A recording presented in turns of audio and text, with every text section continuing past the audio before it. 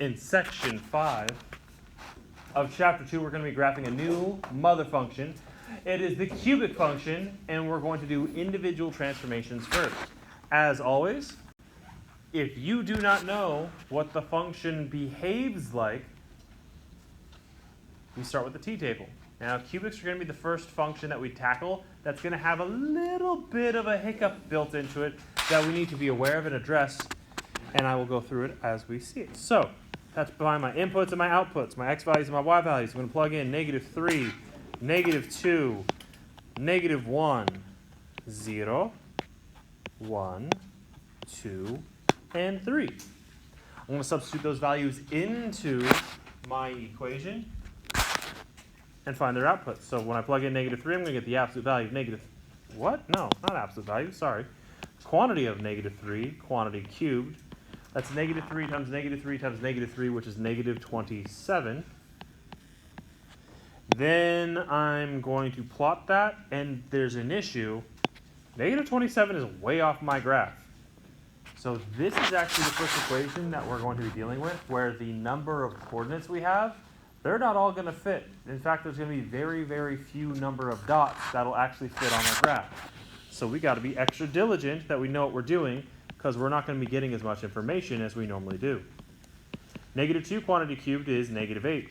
Aha, I got that one. Left 2, down 1, 2, 3, 4, 5, 6, 7, 8 is right here. Then I'm going to plug in -1. The quantity -1 quantity cubed is -1 times -1 times -1, which is -1. Left 1, down 1. Plug in 0. Well, 0 cubed is just 0, so it's going to go through the origin. This is no longer called the vertex. The vertex is the location of symmetry. This cubic does not have the same type of symmetry as a quadratic does.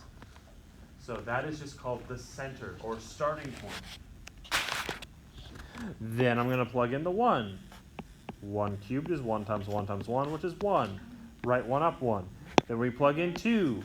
2 cubed is 2 times 2 times 2, which is 8. So we're going to go right 2 and up 8. And then lastly, we're going to plug in 3, but it's going to have the same issue that the -3 had, which is 3 times 3 times 3 is 27, which is off of our grid. I also realized I accidentally made this a 2. That's supposed to be a 3. Wait, so it goes negative and then positive? Here's the danger of graphing cubics, specifically once we start getting into stretch factors.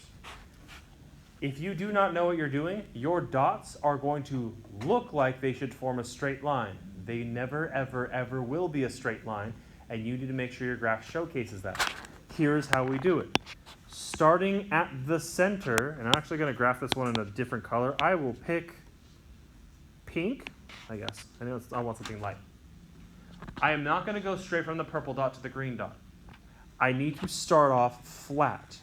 So it's going to start off flat, and then it's going to curve to go through the green and then the blue line.